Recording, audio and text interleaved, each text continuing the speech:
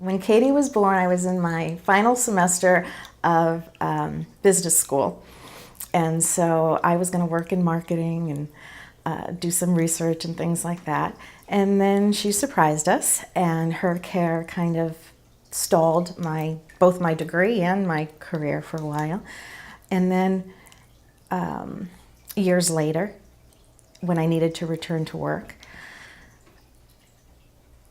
I kind of felt like the work I had done with Katie was so important, caring for her, that if I needed to work outside the home, it had to be something meaningful, or otherwise it wasn't worth not being with her.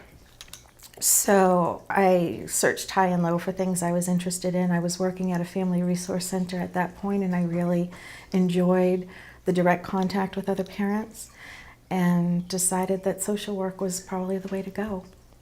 But I realized that some of the things I had learned, the advocacy, perseverance, letter writing, listening, were skills that would really translate well into social work. So that was part of what led me there.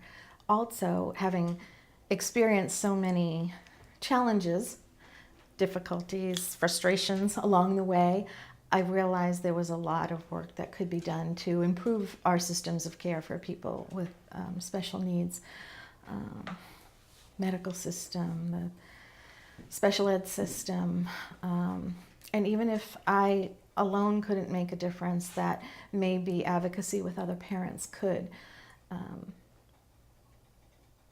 And I think, I'm so grateful for the parents who went before me and paved the way and did some great advocacy in the 60s and 70s on disability rights and obtaining special ed services and things like that. I felt like I needed to pay back, or I wanted to pay back, to help other families if I could. And so I do work with other families of children with special needs.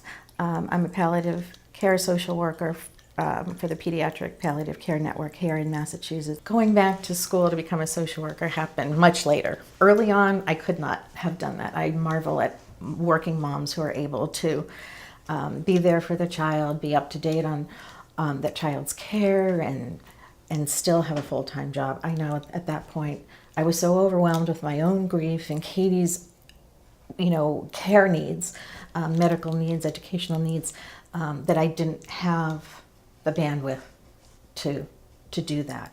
And there were times when I was working at the Family Resource Center where the other family stories would just touch me so deeply that I felt like I wasn't being of service to them because it was bringing up so much of my own issues.